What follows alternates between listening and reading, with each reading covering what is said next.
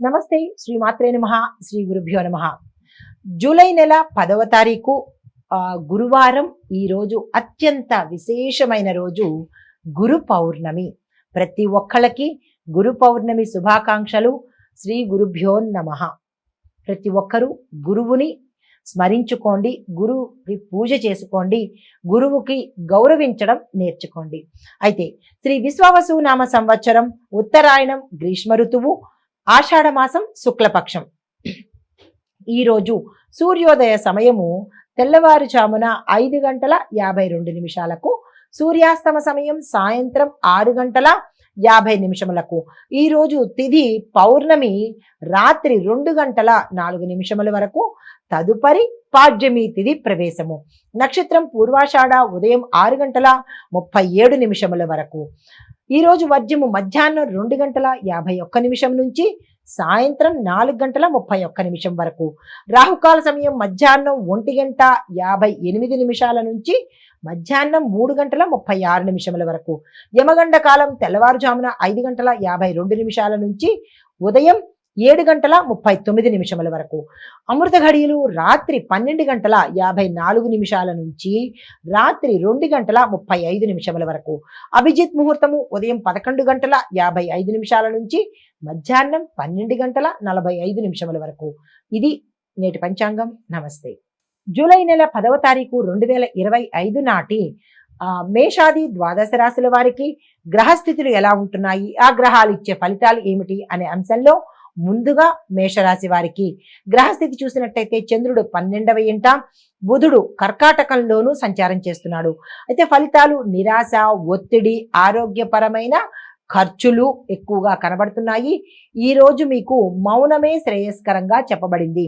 అయితే పరిహారంగా శివాభిషేకం చేయించుకోండి, శివాలయ దర్శనం చేసుకున్నట్టయితే సానుకూలమైన ఫలితాలు పొందుతారు. తదుపరి రాశి వృషభ రాశి. ఈ రాశి వారి యొక్క గ్రహస్థితి చూసినట్టయితే చంద్రుడు 11వ స్థానంలోను, గురు శుక్రులు ఇద్దరు లగ్నంలో సంచారం చేస్తున్నారు. వీటి యొక్క ఫలితాలు అదృష్టదాయకమైన రోజు. ఈ రోజు చాలా మంచి రోజు, లక్కీ డే అని చెప్పొచ్చు.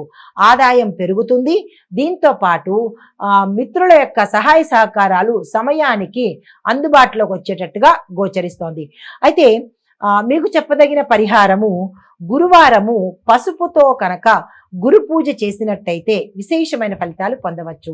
తదుపరి రాశి మిథున రాశి. ఈ రాశి వారి యొక్క గ్రహస్థితి చంద్రుడు 10వ స్థానంలోను, బుధుడు 2వ స్థానంలోను సంచారం చేస్తున్నారు. దీని యొక్క ఫలితాలు వృత్తిలో స్థిరత్వాన్ని కలిగి ఉంటారు. అధికారులు మీ పట్ల అనుకూలంగా ప్రవర్తించే అవకాశం ఉంటుంది. ఈ రోజు అత్యంత శుభదినము. ఏ పని ప్రారంభానికైనా ఈ రోజు ఉపయోగించుకునే ప్రయత్నం చేసుకోండి.